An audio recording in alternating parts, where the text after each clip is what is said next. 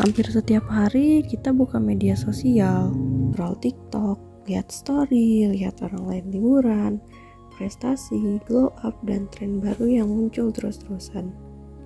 Di saat yang sama, ada rasa cemas yang muncul.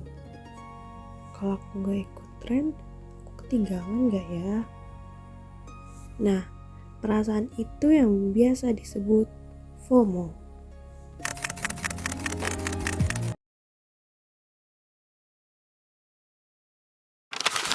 Antri Labubu sampai 17 jam mulai buat yang mau naik gunung harus hati-hati dan juga kondisi fisiknya harus tahu nih kayak gini lagi hypo.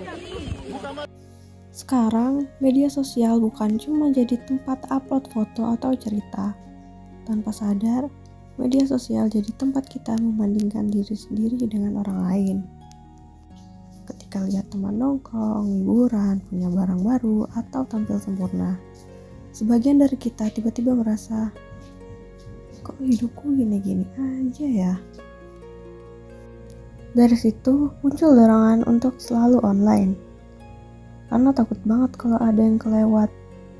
Sampai akhirnya kita ngerasa harus selalu kelihatan oke di media sosial. Meskipun itu belum tentu diri kita yang sebenarnya. Menurut Erik Erikson, masa remaja itu ada di tahap perkembangan identity versus role confusion. Di fase ini, kita lagi nyari jawaban dari pertanyaan, aku itu siapa sih? Aku mau jadi orang yang seperti apa di mata masyarakat? Kalau proses ini berjalan baik, kita punya identitas diri yang kuat. Tapi jika tidak, akan muncul kebingungan terhadap diri sendiri. Gak tahu mau jadi apa, dan merasa kehilangan jati diri. Lalu, James Marcia menjelaskan, ada 4 status identitas. Yang pertama, identity diffusion, yaitu ketika belum mempunyai arah dan tujuan yang jelas. Yang kedua, foreclosure. Ini mengikuti apa saja kata orang tua atau lingkungan tanpa mencari tahu sendiri. Yang ketiga, moratorium. Ini ketika lagi mencoba-coba berbagai pilihan dan masih mengeksplor. Dan yang terakhir, identity achievement, yaitu sudah menemukan siapa dirinya dan apa yang diyakini.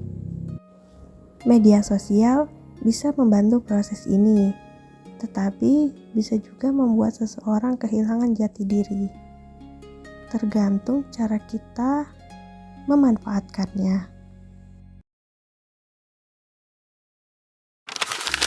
Perasaan FOMO bikin remaja ngerasa harus selalu ikut apa yang lagi ngetren. Kalau nggak ikut, rasanya ketinggalan jauh. Banyak remaja akhirnya sering bandingin diri sama influencer, minder sama fisik, warna kulit, atau kemampuan diri sendiri.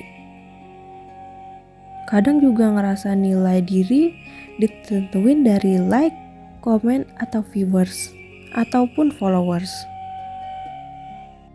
Dan kadang merasa harus selalu update di grup biar nggak out of date. Kalau dibiarin terus, FOMO bisa bikin cemas, overthinking, susah fokus, begadang, tidur berantakan, dan rasa percaya diri yang menurun. Dari situ muncul perasaan krisis identitas.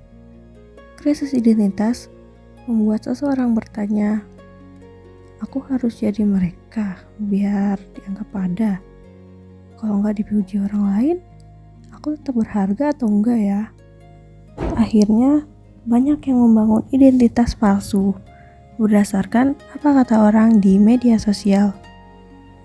Terkadang identitas yang dibangun ini bukan dari apa yang sebenarnya diyakini tentang dirinya sendiri, tetapi karena standar itu tadi. Jadi pada intinya, perasaan FOMO itu sebenarnya wajar. Tidak bisa dihilangkan sepenuhnya karena kita manusia. Tapi, FOMO bisa dikelola supaya tidak menguasai diri kita. Beberapa hal sederhana yang bisa dilakukan yaitu membatasi waktu main media sosial, matikan notifikasi yang gak penting, unfollow atau mute akun yang bikin kita insecure, perbanyak aktivitas di dunia nyata, dan belajar menerima diri apa adanya. Peran guru dan orang tua juga penting. Komunikasi yang hangat dan tidak suka membanding-bandingkan membantu remaja lebih yakin dengan dirinya sendiri.